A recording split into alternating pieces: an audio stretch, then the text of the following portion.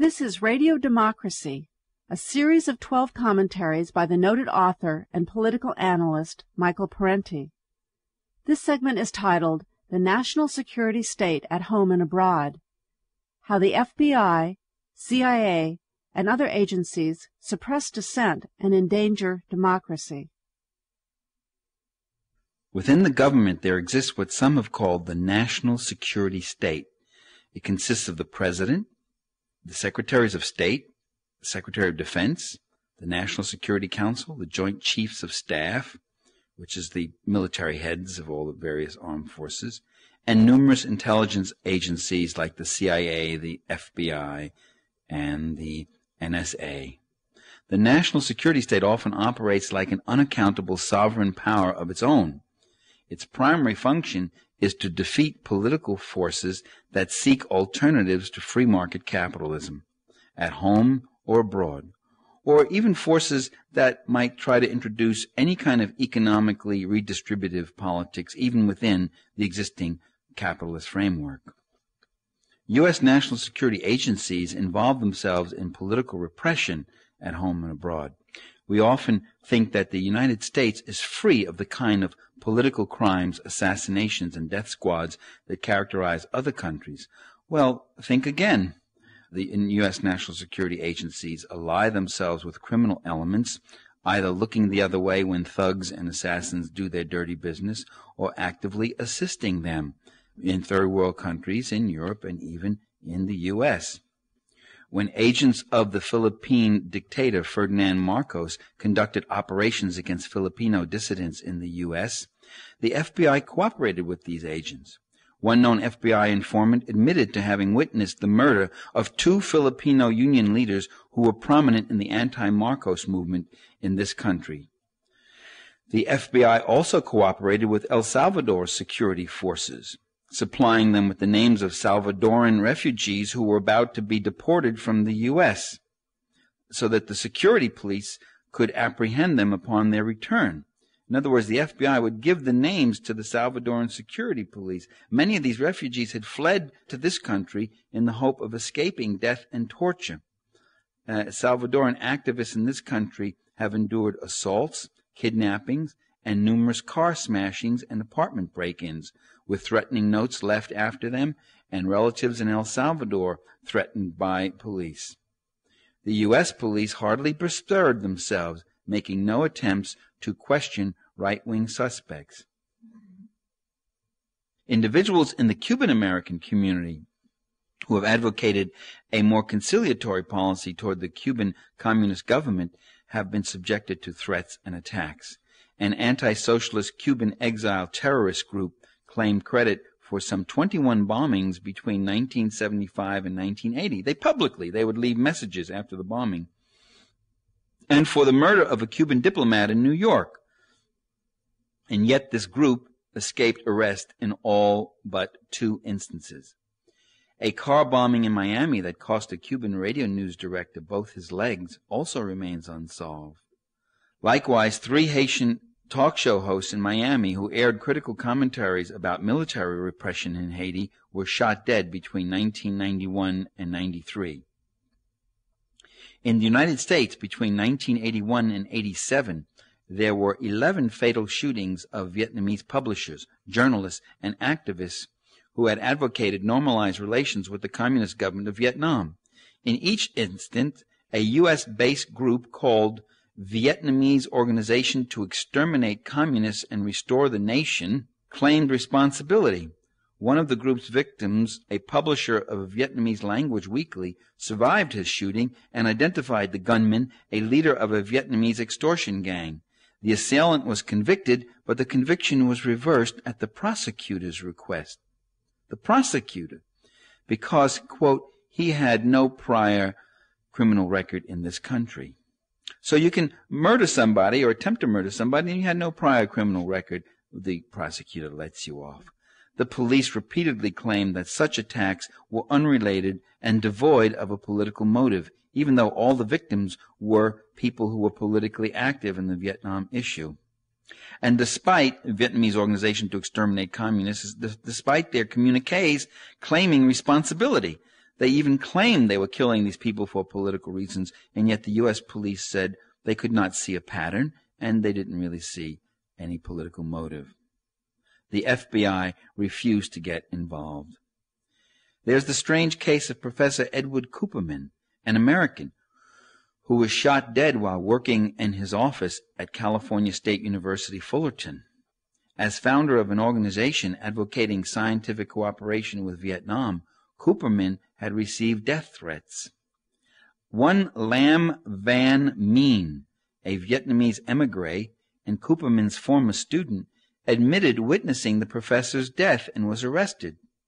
As Mien tells it, Cooperman produced a gun that accidentally discharged and killed him.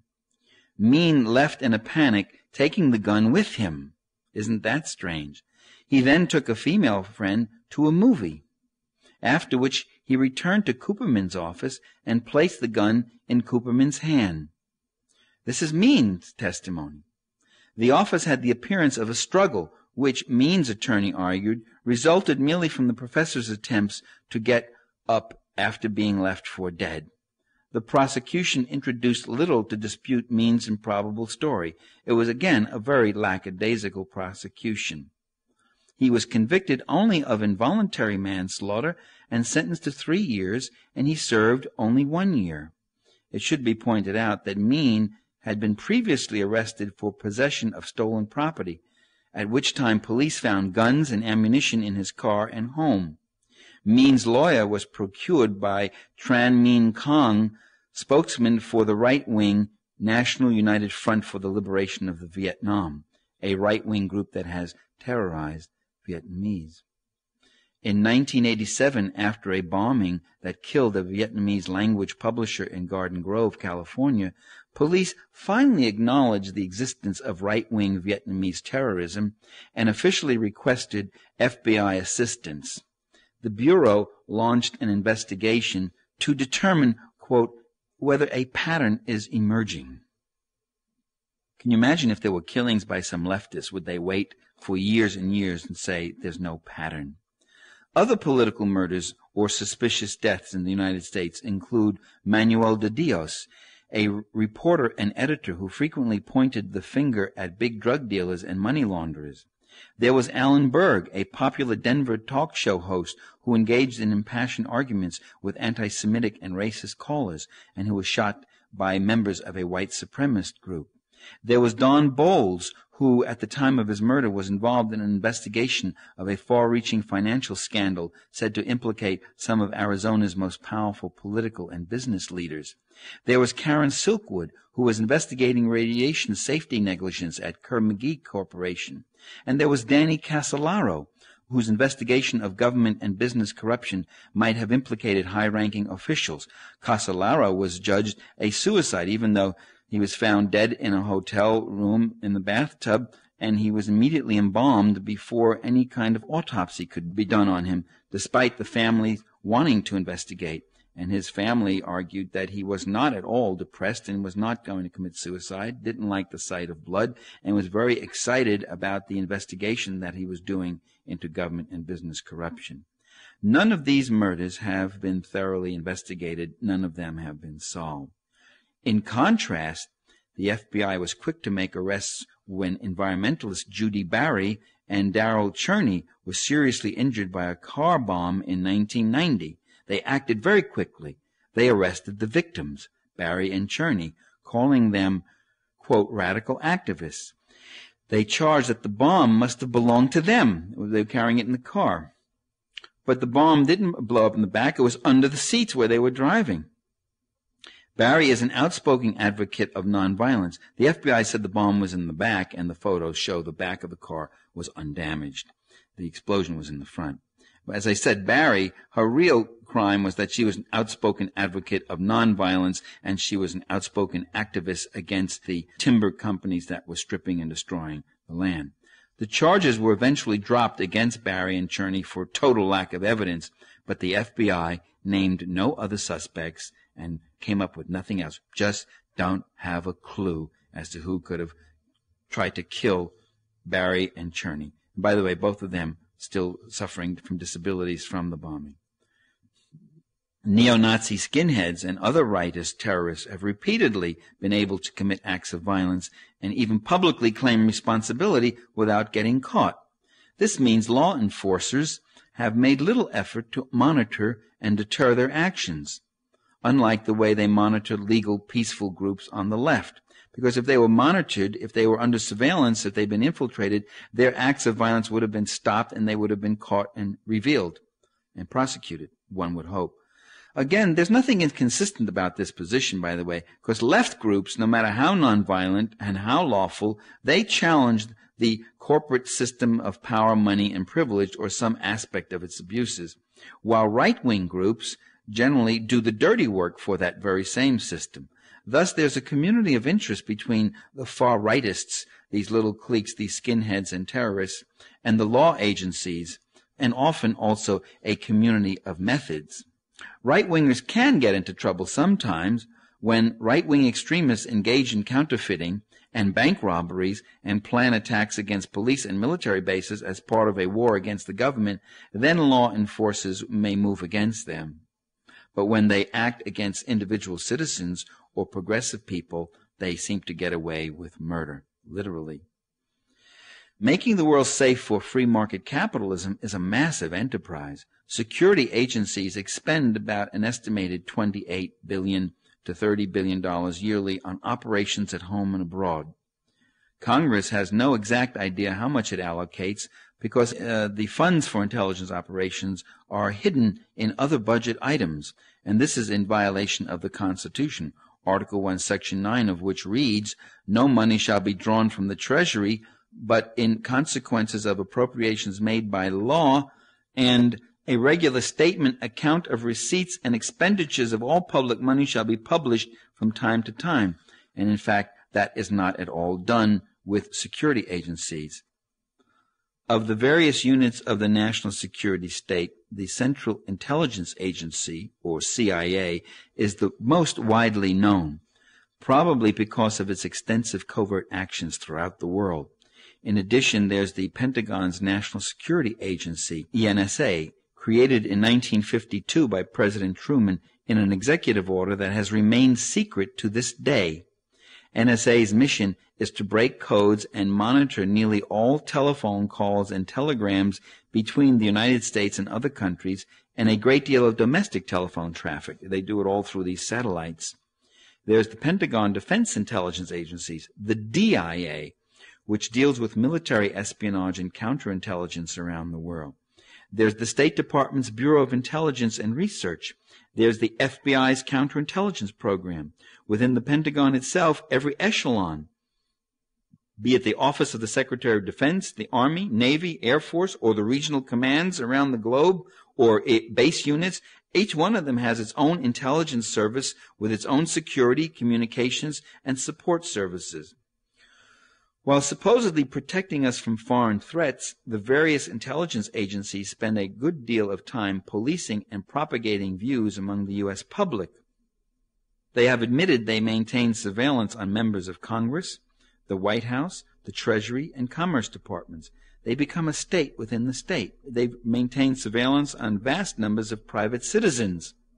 They have planted stories in the U.S. media to support their counterinsurgency view of the world, secretly enlisting the cooperation of newspaper owners, media network bosses, and hundreds of journalists and editors.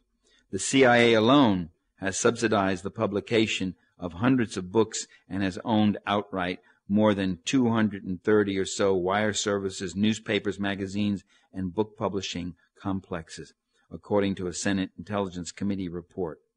The CIA has recruited some 5,000 academicians from across the country as spies and researchers, secretly financing and censoring their work. CIA agents participate in academic conferences, and the agency conducts its own resident scholar programs. It even recruits students on the campus. It offers internships and tuition assistance to undergraduate and graduate students while they're still attending school. Intelligence agencies have infiltrated and financed student, labor, scientific, and peace groups. The CIA has financed research on mind control drugs, sometimes on unsuspecting persons, and was responsible for the death of at least one government employee, in violation of the National Security Act of 1947, which says that the CIA, quote, shall have no police, subpoena, law enforcement, or internal security functions, because Congress was afraid of building up a secret military police in our own country. It's okay for them to work that way in other countries, but not here. Despite that stricture in that Security Act of 47, the agency has equipped and trained local police forces in the U.S. Under President Reagan's executive order, the CIA was authorized to conduct domestic surveillance and covert operations against U.S. citizens both in the United States and abroad. And in fact, you're listening to one of those citizens right now. Under the Freedom of Information Act, I got a file from my FBI, and it had a whole section from the CIA. At least the CIA told me they sent it to the FBI. The order, still in effect as of 1994-95, also authorizes intelligence agencies to train and support local police and enter secret contracts with corporations, academic institutions, other organizations, and individuals for the provision of services and goods. This is President Reagan's executive order I'm talking about, which President Clinton is living with quite comfortably. U.S. intelligence agencies have perpetrated terrible crimes against the peoples of other nations. In countries like Guatemala, Greece, Brazil, Chile, Indonesia, Argentina, Zaire, the Philippines, U.S. national security forces have used military intervention, terror, sabotage, bribery, propaganda, and assassination to bring down populist or democratically elected governments and install reactionary dictatorships friendly to U.S. corporate interests. Countries that embarked upon popular revolutions such as Nicaragua, Mozambique, and Angola found their economies and peoples devastated by the murderous assaults of U.S.-supported mercenary armies. In Angola, over 1.5 million people have been killed in a CIA-supported civil war against the progressive government of Angola and its people. The CIA has sabotaged and stolen elections abroad. The CIA has waged massive disinformation campaigns, infiltrated and fractured trade union movements of other nations. It has funded and trained secret armies, paramilitary forces, torture squads, and death squads.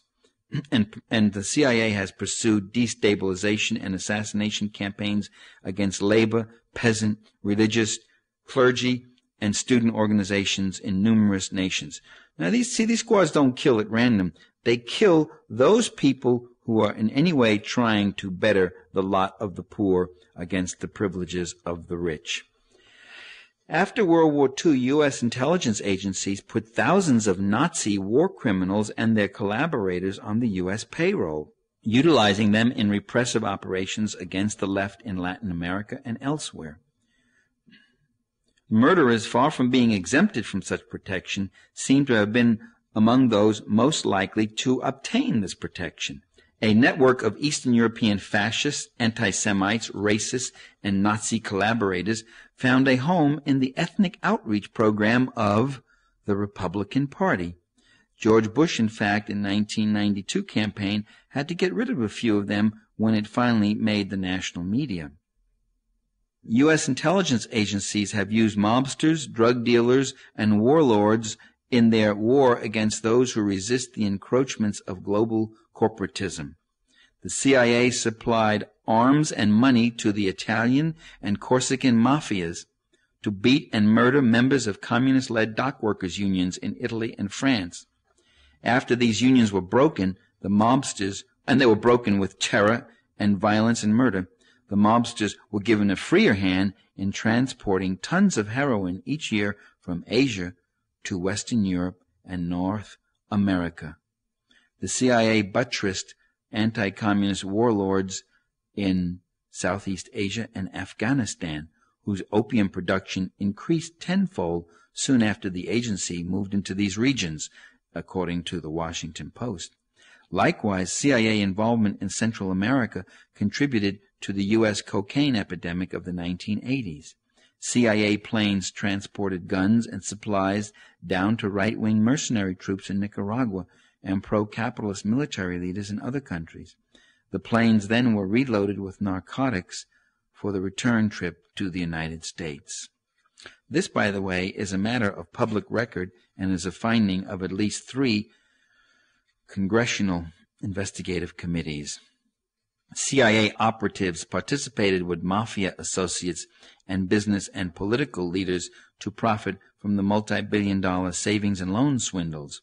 Monies gained from such deals, along with drug money laundered through various banks and other financial institutions, were illegally used to finance CIA covert activities and line the pockets of various people in the field.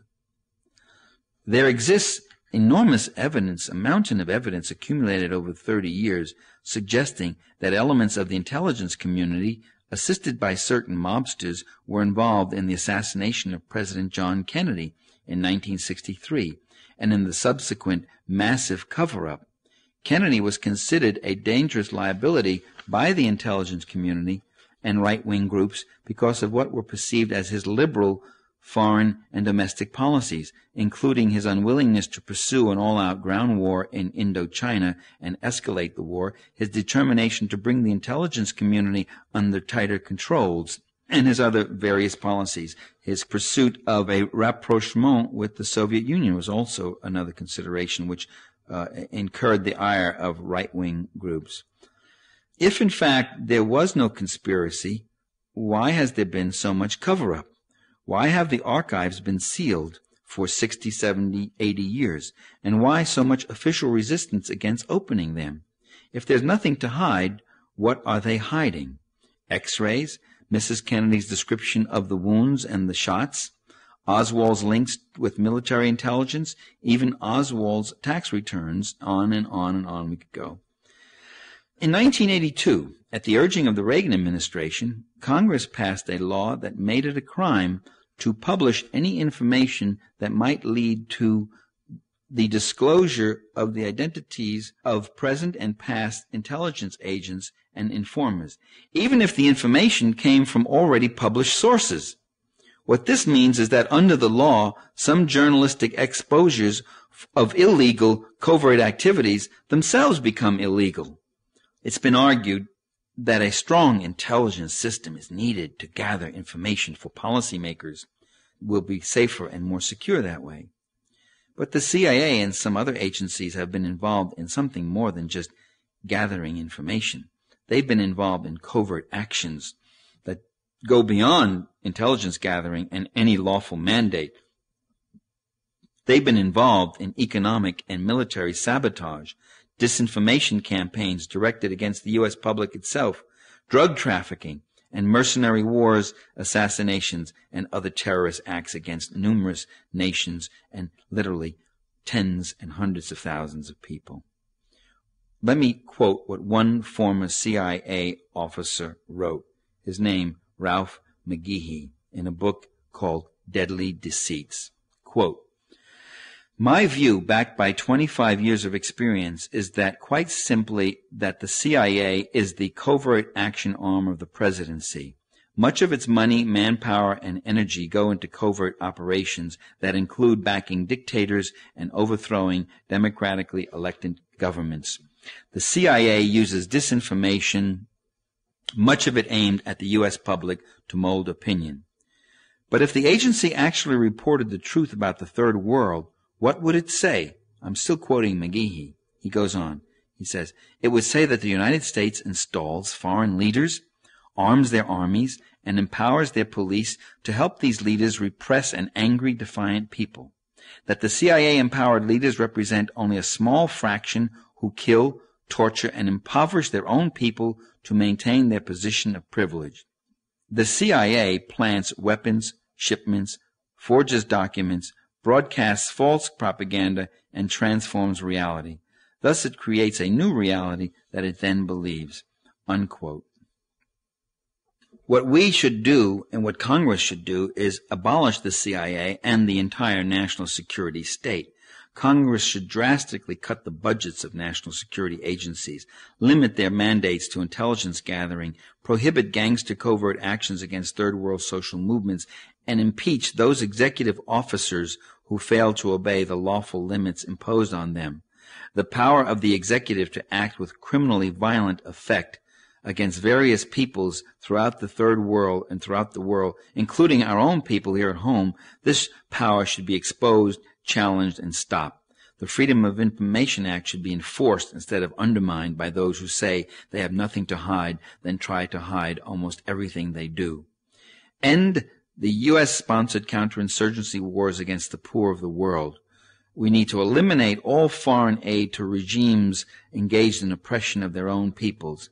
The billions of U.S. tax dollars that flow into the Swiss bank accounts of foreign autocrats and militarists could be better spent on human services here at home.